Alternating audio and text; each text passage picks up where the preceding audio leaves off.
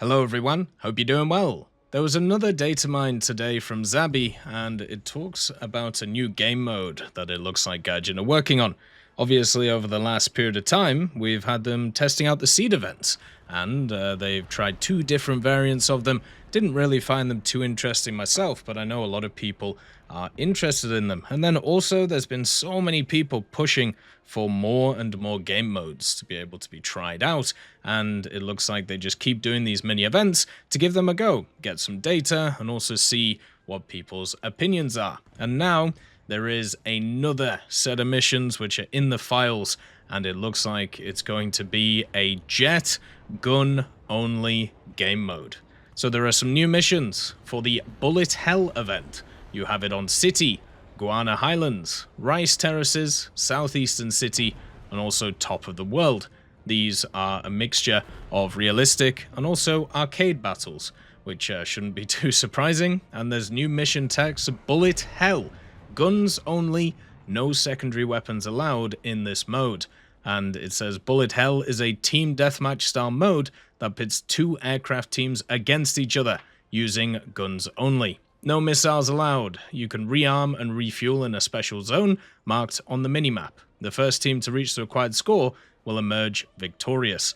So this seems incredibly similar to something that they actually did in World War mode, where basically you had limited types of weapons that you could use, and also you had an area where you could safely leave, and an area where you could kind of rearm as well and get in another plane afterwards. So it looks to me they're just doing that, but as an event. And this is kind of cool, you know? As I said, there's been a ton of community members who, when you actually have a look at like the Q&As that Gaijin do, or if you have a look at many threads, one of the major things that people talk about is lessening the grind, and then also more game modes. And War Thunder's game modes have stayed pretty much the same, at least when it comes to naval and ground for the longest time.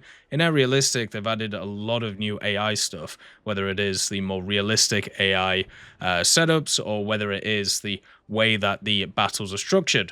But unfortunately, people don't see those as improvements when it comes to the game modes, so it looks like Gaijin are trying different things to give people a go at. And I think that's important, and it's something that they've done many times over, in terms of trying new things, in terms of pushing forward with different ideas, but it hasn't always worked well. And I think using this area to be able to test the seed event stuff, using this area to test a guns only jet mode as well, is a good idea.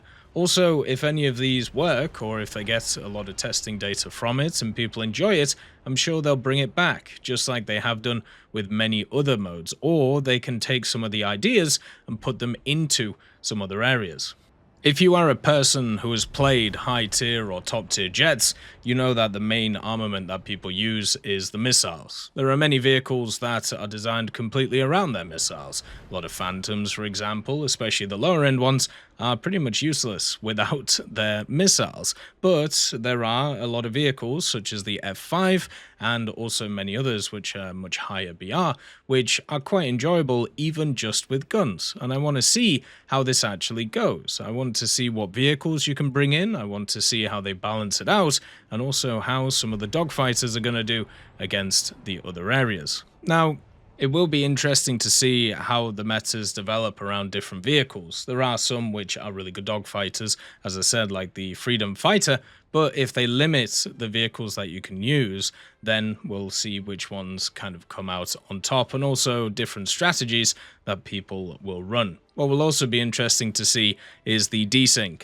in terms of the game, and I know that sounds really weird, but if you are a person who has played a decent amount of ground and also air, you'll have those funny deflection shots where it looks like the enemy is looking nowhere near you, and then somehow you absolutely get battered by its rounds. This is going to happen 10, 20, 30-fold in this game mode whenever they bring it in.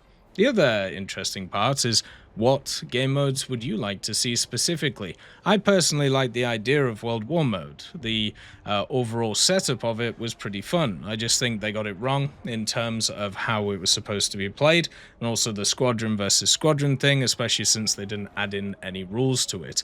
And also the problem was, a lot of it was actually about just where you put stuff on the map, tying up specific units, and then just kind of going around if you had the advantage in terms of units and in terms of setups. The squadron battles themselves didn't really matter. I think as a PvE setup, that could actually be really fun to get your squadron together and to be able to push forward in those areas. What I want from these types of game modes is an expansion of what we already have. I don't think setting up a bunch of new style of game modes is the way to go.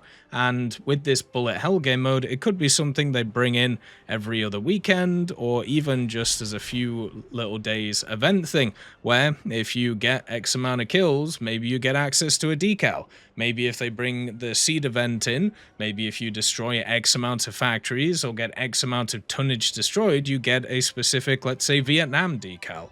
These types of things, I personally think, are really cool and innovative and interesting, and not many other games are doing it. But the question is, will people actually be interested in it?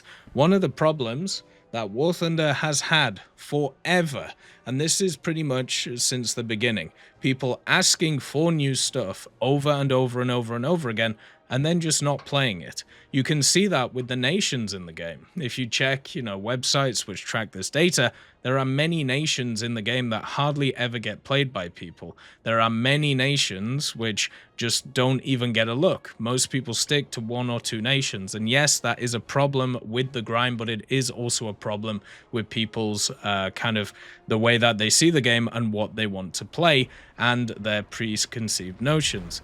The other part is trying to get people to change how they play. That's one of the things that's impossible to do, especially if the game is in your comfort zone. And if you are a very good player, if you are used to a specific meta and the meta changes, you are not going to be happy with it. So introducing new ideas over and over and over again can also be a problem in this. And this is something we see in the competitive scene quite a lot for other games. Whenever a gun is changed, whenever movement is changed, you get a big backlash from it. And the same is exactly with War Thunder 2.